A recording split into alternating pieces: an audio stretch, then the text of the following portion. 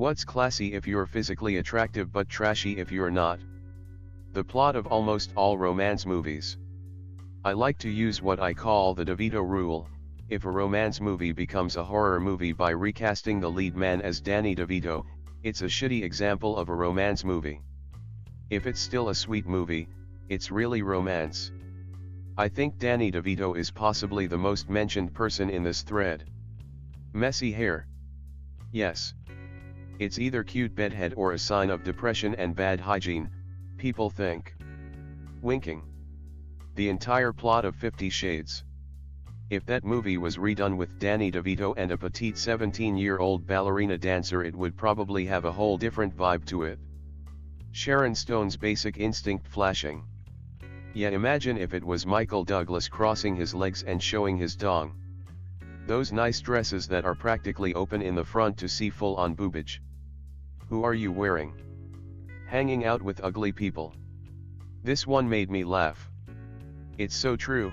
If you're attractive and hang out with ugly people, you just look like a well-rounded individual who's open to all types company, including the uglies. Wife beaters. If Channing Tatum wears one, girls swoon. If Uncle Randy is wearing one, you expect him to also be holding a bush light and sitting on the front porch of his mobile home with a shotgun on his lap. I thought you meant men that beat their wives, but then I kept reading. A 4-day beard. If you're a male model, you look like a manly man. If you're Bubba's six-pack, you look like a homeless dude. I'm already alone, so I'm content being homeless. It pains me to say it, but smoking. Those 1940s Hollywood noir film actresses look so sultry with a cigarette. Fat and ugly with a cigarette is more reminiscent of a Walmart smoke break for some reason. It helps if you have perfectly coiffed hair as well. All smooth, not a strand out of place, and possibly gloves. It's not an addiction if she's wearing gloves, it's just a bad habit she can kick anytime. It's only touching her lips, not her fingers. She's not getting her fingers dirty, she's just getting intimate with death, for it only touches her lips. It reminds her of her mortality, and thus it reminds you of her mortality and how one day she will be old and die and no longer as beautiful as she is now, and oh how beautiful she is with that beautifully coiffed hair, not an ash flicked into it. The first incarnation of an on-screen manic pixie dream girl. Cleavage definitely. I've always seen it as part of the big boobs/small boobs paradox. Big boobs fill out any top and look good, but if you show too much, it can look really provocative. Small boobs aren't as noticeable in an obvious way, but you can get away with lower necklines and show more collarbone. Both are boobs and therefore great. Cosplay.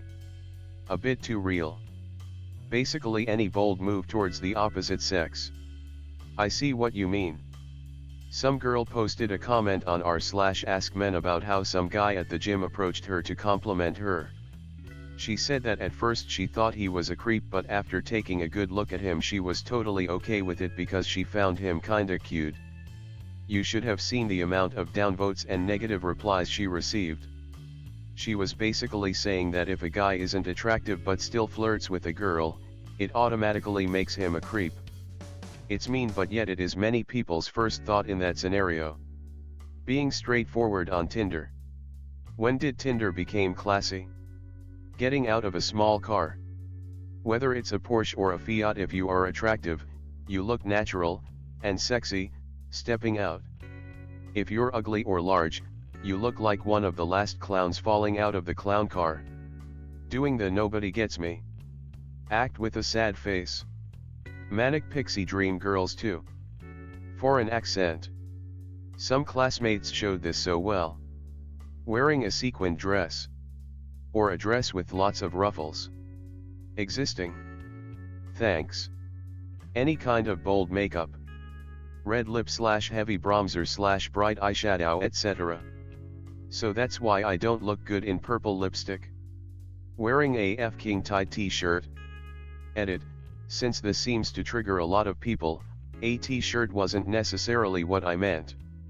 What I meant, wear clothes that suit and fit you well, mostly tight clothes though, because they highlight a good body.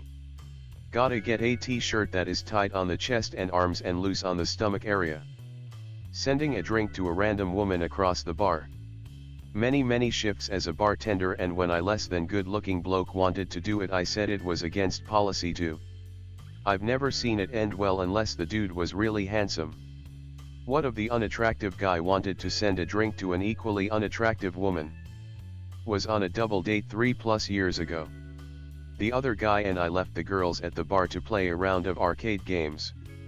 As we're playing, 3 guys walk in and see 2 apparently single women sitting at the bar. They order 5 shots of tequila and tell the bartender to leave it with the girls.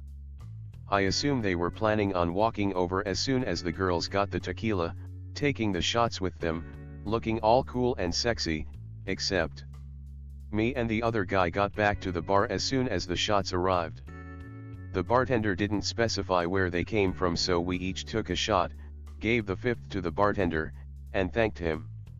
He said, "Don't thank me, it's on those guys," and we looked behind him to see the 3 amigos looking like kids who just had recess cancelled. Tried thanking them on the way out, but they just smiled sadly and nodded. I still feel bad about it to this day. A backless dress. An accent from anywhere in America. If you're good looking, it's sexy or sweet.